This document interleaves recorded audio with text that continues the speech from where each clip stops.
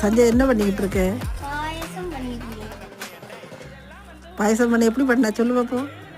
முதல்ல தண்ணியை கொதிக்க வச்சேன். அப்புறம் கொஞ்சம் பச்சரிசி போட்டு அதை வெந்த பிறகு கொஞ்சம் வெல்லம் போட்டு நல்லா கொதிக்க விட்டேன். கொதிக்க விட்ட பிறகு கொஞ்சம் தேங்காய் அப்புறம் ஏலக்காய் நெய் எல்லாம் போட்டு பாயசம் ரெடி ஆயிடுச்சு. பாயசம் அது பாட்டுக்கு போகுது.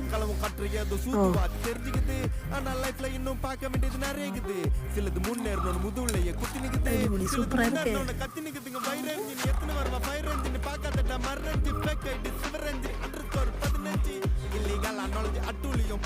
பூனை வருது பாருங்க.